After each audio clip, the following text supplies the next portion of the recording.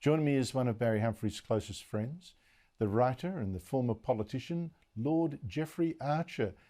Lord Archer, what a pleasure to speak to you again. Thank you for joining us. What made Barry Humphries great? You hit it. You just said it. You reminded us that when it came to art, when it came to literature, when it came to music, he knew more than any of us. He's among the brightest human beings I've ever met in my life. Comedy, the job he chose to do, he could have done a dozen other things. You're talking about a polymath. You're talking about a giant. So he dared to have political views. Good hell, where are we going? Look, it's so strange. It's funny, you know, like, I think the reading is really what gave him so, I mean, there was this courage, there was his obvious intelligence, his wit, all that kind of stuff. But the background reading, at a library of 30,000 books, he probably read the vast majority of them. I mean, I was speaking to him about an author I didn't think anyone knew. He knew it, of course. He knew all the works, he knew all the titles, and he could trump me by naming other books that are so obscure, you know, like George Meredith. Who reads Meredith anymore? It was so amazing to watch him at his forte. I wonder whether books were his real refuge. He was by nature a professor.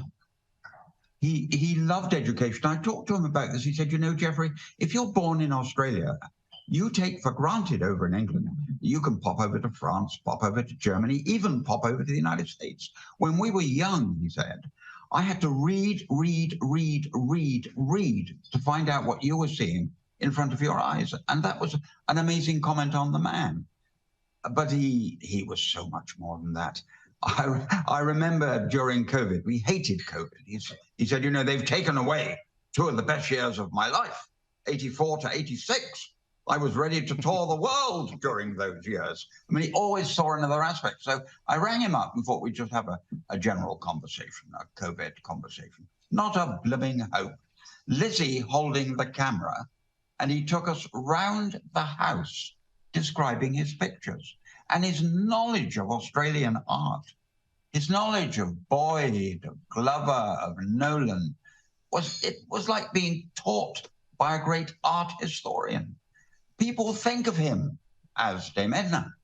They think of him as Sir Leslie.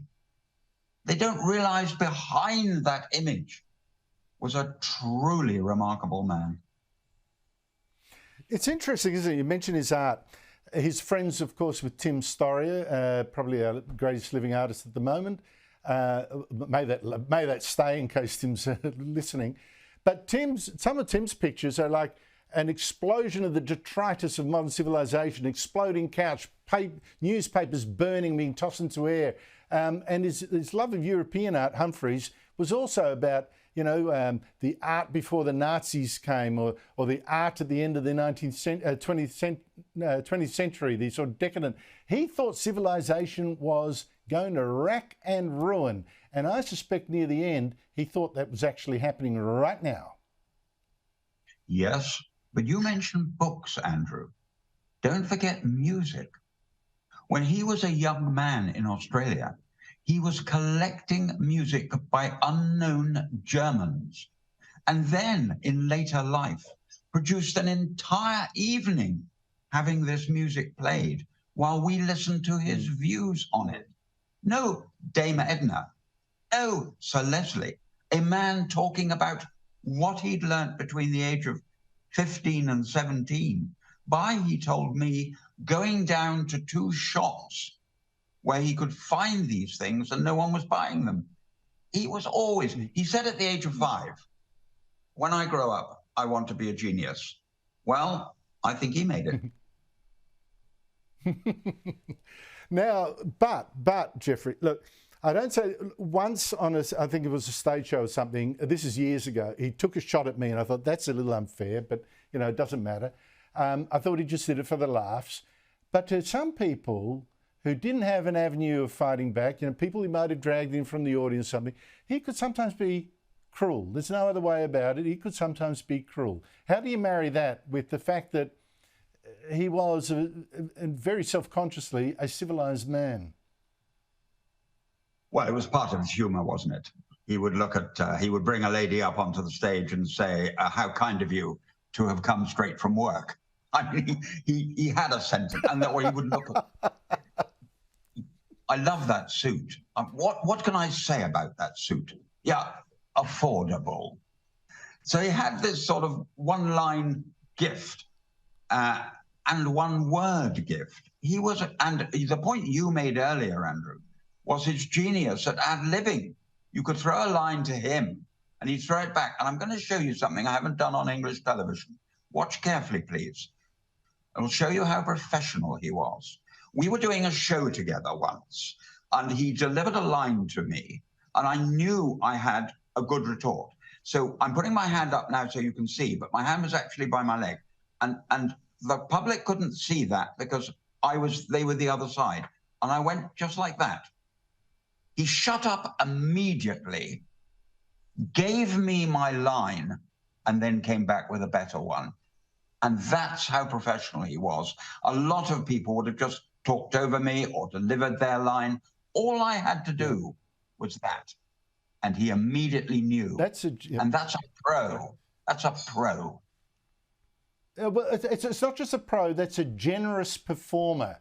That is a generous performer, that it's not going to trample all over you, let you have your go. I think he's just absolutely brilliant from that point of view. But Lord Archer, near the end of his life, he started to get involved in public controversies, the transgender movement and all that kind of stuff. How do you interpret that? And also the cancel culture, obviously. How do you interpret his increasing outspokenness? Was he getting more impatient, or was society getting so crazy he couldn't stand it anymore? Andrew, he was 89 years old. I'm 83. We are allowed opinions. The young aren't the only ones who are allowed opinions. We can't say what we think. And how dare we say what we think? Well done, Barry. I didn't always agree with him, and we talk it through.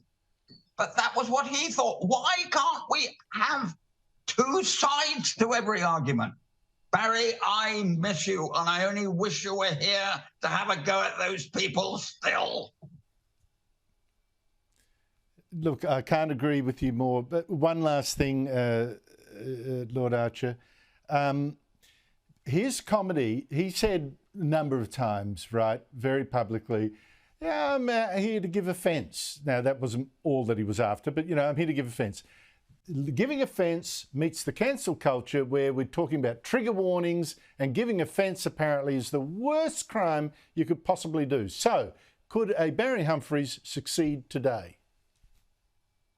Probably not. They would criticise him. They would tear him apart. They would try to stop him. Let us be thankful that we had him for 89 years. And on the same day, we lost two great human beings. We lost Barry Humphries, a genius, and we lost Dame Edna Everage, who will never be replaced. Well, I should be standing and applauding you, Lord Jeffrey Archer. Always a pleasure speaking to you. Thank you so much indeed for your time.